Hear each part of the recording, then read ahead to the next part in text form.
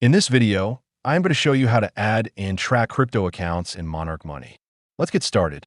Monarch Money allows you to connect certain crypto exchanges so you can track your balances and transactions automatically alongside your other accounts. To do this on desktop, go to the Accounts page and click Add Account. Search for your exchange, like Coinbase or Crypto.com. Then choose a provider, such as Plaid. Log in with your credentials, complete any verification steps, and select the wallets you want to sync. Once connected, your crypto balances and transaction history will appear and update automatically. If your exchange is not supported, you can create a manual account instead. Go to Add Account, choose Manual, then select Investment. You can enter balances manually or import data using a CSV file.